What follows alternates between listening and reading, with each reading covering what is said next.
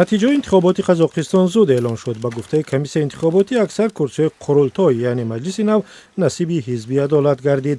Ин ҳизб 71% курсиҳоро ба даст овард ва 4 ҳизби дигар, авил ақшол, ҳизби социал-демократ ва республика низ ба парлумон роҳ ёфтанд.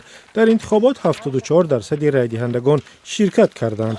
интихоботи зудрас баъд аз қабули конститутсияи нав дар Қазоқистон сурат гирифт.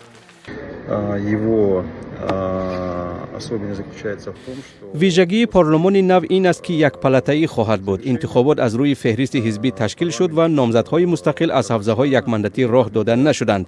парлумони пешина аз 2 палата иборат буд ва барои курсии вакилӣ ҳам аз рӯи феҳристи ҳизбӣ ва ҳам инфиродӣ мубориза мебурданд.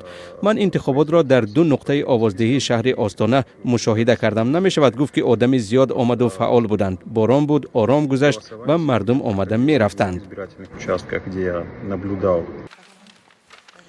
назарсанҷиҳо дар остонаи интихобот ҳам пирӯзии ҳизби Адолатро пешбинӣ мекарданд, ҳарчанд он моҳи май сабти ном шуд ва аз президент Тоқаев ҳимоят мекунад. моҳи июл додгоҳи олии Қазоқистон гуфт ки конститутсияи нав ба Тоқаев имкон медиҳад барои давраи дигари 7 солаи президентӣ номзад шавад. худи Тоқаев гуфт ки ҳанӯз дар ин замина тасмим гирифтан барвақт аст. мунаққидон мегӯянд ки парлумони якпалатаӣ пеши роҳи ташкилоту созмонҳои маданӣ ва номзадҳои мустақилро аз таъсиргузорӣ ба қарорҳои мақомот мегирад.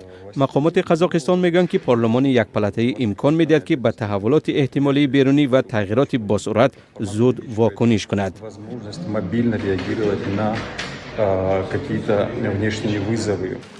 дар остонаи райдиҳӣ нозирони интихоботии созмони амният ва ҳамкории Аврупо гуфтанд ба интихоботи Қазоқистон танҳо ҳизбҳое роҳ ёфтанд ки сиёсатҳои президент Тоқаевро дастгирӣ мекунанд ва ҳизбҳои воқеан оппозитсионӣ ҳузур надоштанд.